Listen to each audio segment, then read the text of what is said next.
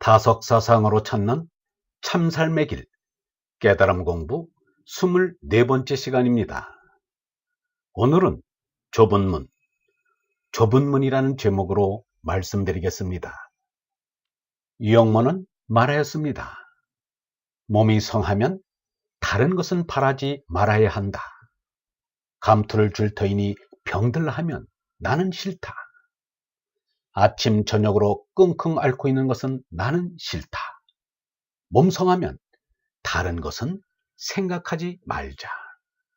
내 몸이 성하면 성하지 않는 사람을 도와줘야 한다. 유영모 같은 사람의 말이라고 믿어지지 않는 말도 했습니다. 사람의 몸뚱이는 벗어버릴 허물이요 옷이지 별것 아니다.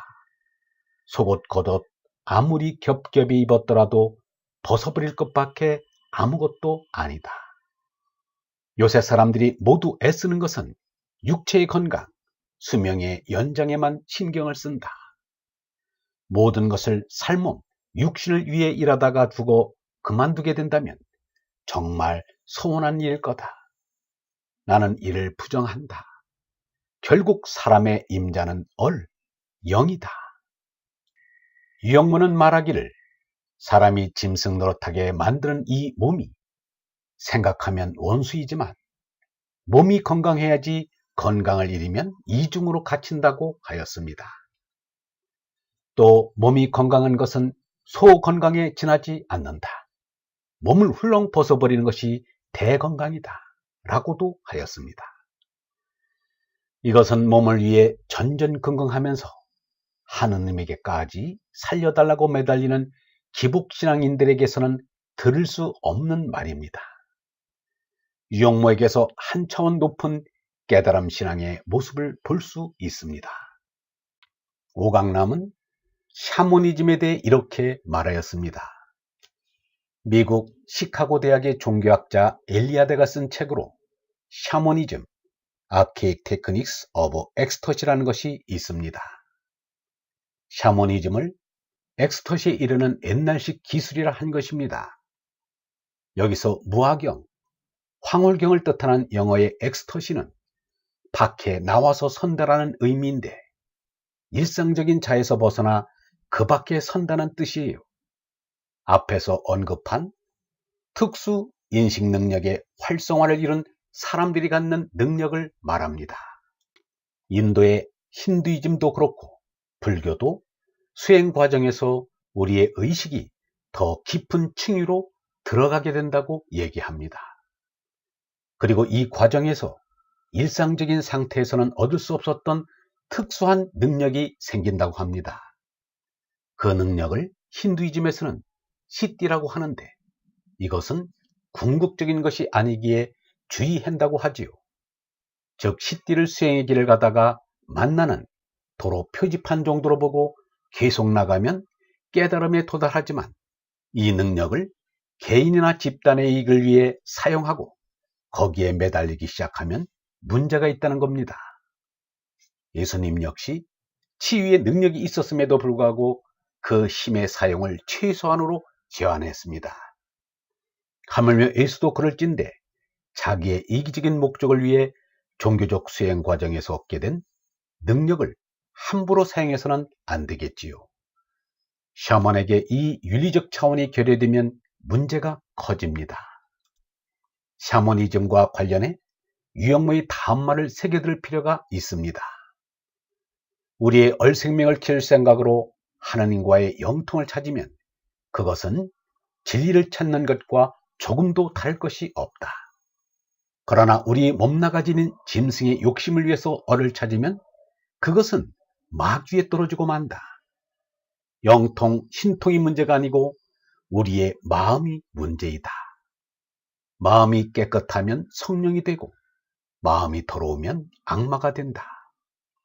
하느님의 얼은 없는 곳이 없이 우주 어디서나 일하고 있다. 우리 정신이 정직하면 그것은 하느님의 얼이 임했기 때문이다. 하느님이란 없다면서 하느님께 마음의 문을 닫는 이는 하느님의 얼과 아무런 상관이 없다. 그래서 예수가 말하기를 사람들이 어떤 죄를 짓든 입으로 어떤 욕설을 하든 그것은 다 용서받을 수 있으나 성령을 모독하는 사람은 영원히 용서받지 못할 것이며 그 죄는 영원히 벗어날 길이 없을 것이다. 하느님의 얼을 거스르는 것은 마음을 닫고서 하느님의 의를 생각하지 않는 사람이다.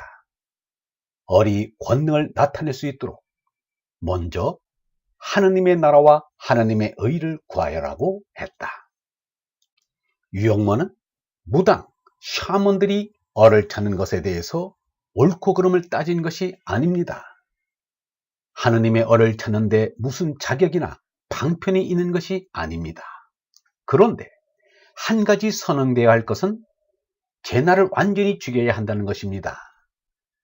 제나를 죽이지 못하면 얼라를 올바르게 깨닫지 못한다는 말입니다. 제 마음속에 나라는 생각이 아직 남았다면 마음의 불안을 못 면한다. 제 속이라고는 없을 만큼 작아져야 한다. 그리하여 제나가 온전히 없어져야 한다. 그러면 참나인 얼라가 드러난다.